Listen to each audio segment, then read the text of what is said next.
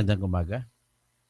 Ang ating pag-usapan sa ngayon po ay yung katotohanan na yung nanalo sa 3rd District, Congressional District ng Negros Oriental na si Janice Digamo, mayor siya ng Pamplona, Negros Oriental, ay madidisqualify at hindi makakaupo ng bilang congresswoman.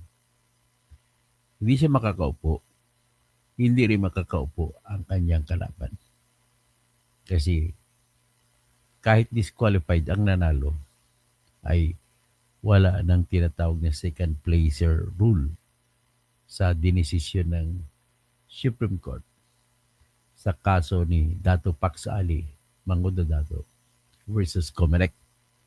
Unfortunately, yung kaso ni Dato Pax Ali, na-disqualify siya, kapareha din ng senaryo sa nangyari kay Janice Digamo. Si Dato Pax Ali po ay diniklara ng Supreme Court na disqualified from running for the position of Governor of Sultan Kudarat. Ang rason ng Supreme Court ay bago siya tumakbong pagka-gobernador ng Sultan Kudarat Province ay mayor siya ng Dato Abdullah Sangki na bayan. Ang Dato Abdullah Sangki na bayan ay nasa loob po ng lalawigan ng Maguindanao. At ang Maguindanao at ang Sultan Kudarat ay magkaibang lalawigan. So in other words, ang residensya ni Dato Pax Ali ay nasa Maguindanao nung tumakbo siya ng pagka-gobernador ng katabing probinsya na Sultan Kudarat. So ngayon, ang ginawa kasi ni Dato Pax Ali, sabi ko, kapareho sa ginawa ni Janice Digamo, na asawa ni Roel Digamo na pinatay na gobernador ng Negros Oriental. Ang ginawa po ni Dato Pax Ali ay habang mayor po siya ng bayan ng Dato Abdullah Sangki na bayan, ay lumipat siya ng residensya sa bayan ng Lutayan na sakop ng lalawigan ng Sultan Kudarat. Doon siya tumira sa barangay Tamnag. Alam mo yung Lutayan na bayan, ay malapit sa bayan ko yan. Yan po ang bayan na halos kalahati ay mga Maguindanao Muslims ang nakatira at kalahati ay puro mga Ilonggo, mga Ilocano. Okay. Magkakapatid din ang tinginan nila at walang away. Tapos mayaman ang bayan na yan dahil po sa mga tilapia na makikuha sa Lake Buluan na katabi. So ngayon, kinakailangan po sa gobernador ay kailangan may 1-year residence mula nung ikaw ay sukatin mo sa araw ng eleksyon. 1 year pabalik. Kay Dato Pax Ali, hindi siya umalis. Nung lumipat siya, hindi siya nag-resign bilang mayor ng Dato Abdul Sangki. Kaya ang teorya, dahil hindi ka nag-resign, ibig sabihin ay hindi mo rin epektibo na inabandona ang residency mo sa Maguindanao. Kaya ang naging desisyon ng Supreme Court na inilabas noong June 19, matapos ng term, nilabas ang desisyon ay disqualified siya. At ang sinabi ng Supreme Court, hindi na tiningnan ang batas na dati, bago yan, ay may second placer. Kung sinong second placer ay siyang titingnan na siyang bilang panalo. At dati, nilalagay kagad ang second place na magiging gobernador. Ngayon, sa kaso naman ni Dato Pax Ali, ang second place ay Mangundo Dato rin. Bali, tita niya, pinsan ng tatay niya, na si Sharifa Mangundo Dato, asawa ni Toto Mangundo Dato. Dato Ismail Mangundo Dato. So ngayon, ang nangyari, yung vice gobernador niyang umupo kasi bawal na yung kung second place hindi na pwedeng umupo kung ma-disqualify yung nanalo. Punta tayo sa Negros Oriental. Sa Negros Oriental naman ay matagal ng mayor ng bayan ng Pamplona, si Janice Digamo, asawa siya ni Gobernador Ruel Digamo. Nung pinatay si Ruel Digamo noong March 2023 ata, hindi ako magkamali, ay mayor ng Pamplona si Janice Digamo. At ang Pamplona na bayan ay doon yung bahay ni Ruel Digamo nung nilusob siya. So, patay siya at saka yung iba pa na humihingi ng ayuda sa kanya patungkol sa 4-piece. So, nangyari, ang Pamplona po na bayan ay sakop po ng District 2 ng Negros Oriental. Tapos, ang ginawa naman ni Janice Digamo, hindi siya tumakbo sa District 2, kundi lumipat siya ng residensya doon sa bayan ng Siaton, Negros Oriental, na sakop ng 3rd District.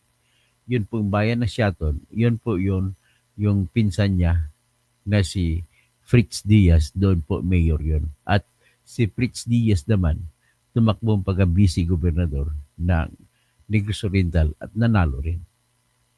So, there you are. Ang sitwasyon ngayon ni Janice Digamo ay hindi rin siya nag-resign pagka-mayor ng Pamplona. Bagkus, tuloy-tuloy siya na nanilbihan mayor ng Pamplona habang nakalipat na pala siya ng residensya papunta sa 3rd District ng Negros Oriental. So, walang pinag-iba kung ikumpara mo sa sitwasyon ni Dato Paksali. So, with that, makukonclude na natin na disqualified na yan si Janice Digamo. Madi-disqualify siya. So, ngayon, number 1 siya, winner. Tingnan natin kung anong boto ang kinuha niya. Kumpara doon sa kalaban niya. Ang kalaban kasi niya ay Teves. So, tingnan natin kung ang pagtakbo ng eleksyon.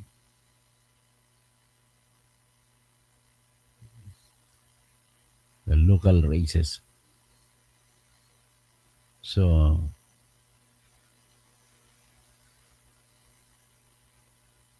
provinces. So, Negros Oriental.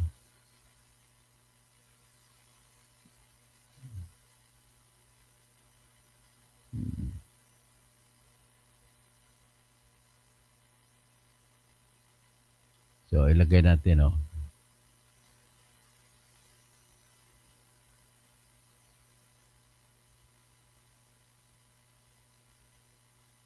Governor, Secretaria, Teves, Vice Governor. So, punta tayo sa 3rd District ng Congressman. So, sa 1st District, si Iway ang panalo. Tapos sa 2nd District, si Sagarbaria, Maysa ang panalo pagka-congressman. Sa 3rd District, si Mayor Janice Digamo. Ang kalaban niya si Janice Tibes. Pareho silang Janice. Itong Janice Tibes ay parang tita ata ni Arnolfo Tebes. Tapos si Digamo, ang kuha niyang boto ay 128,007 votes. Si Tebes naman ay kahit doblehin pa, hindi makalamang kay Janice Digamo. Yan po ang sitwasyon. Pero dahil naman ang katayuan sa sirkumstansya ni Janice Digamo ay kaparihan ni Dato Paksali, at kung si Dato Paksali ay diniklara ng Supreme Court na disqualified, natural, disqualified din si Janice Digamo. Inaasahan ko yan. So dapat magdesisyon na yung COMELEC, sundin ng COMELEC ang desisyon ng Supreme Court sa kaso ni Dato Paksali na kapareho kasi sitwasyon kaya dapat i-dismiss din. Wala tayong pinaparehas, wala tayong kinakampihan. Okay? Sa totoo lang, mas kinakampihan ko si Janice Digamo, pero wala tayong magagawa. Yan talaga ang batas. So, ang mangyari diyan, magkaroon ng special election ulit diyan sa Negros Oriental sa 3rd District. So, kung mag-special election, sa tingin ko, ay tatakbo ulit si Janice Digamo. Pwede na siya makapasa kasi ang residensya na 1 year ay pwede niya na makukuha siguro. So, yan bang kwan, yan na ngayon ang ating makikita ngayon. So, PEC 0925, magandang umaga po. So, si PEC 0925, what a waste by PT. O nga, talagang sayang lang. Building a house with a gathering all the details like a wise man would biblically. O si Jacques Dimuli naman, purveyor of fake news talaga kaya miss kayo, Mr. Kausing. Natatawa lang ako sa iyo. Paano mo maging purveyor of fake news? Totoo naman na 3rd District tumatakbo si Janice Tigamo at ang mayor siya sa bayan ng Pamplona na 2nd District.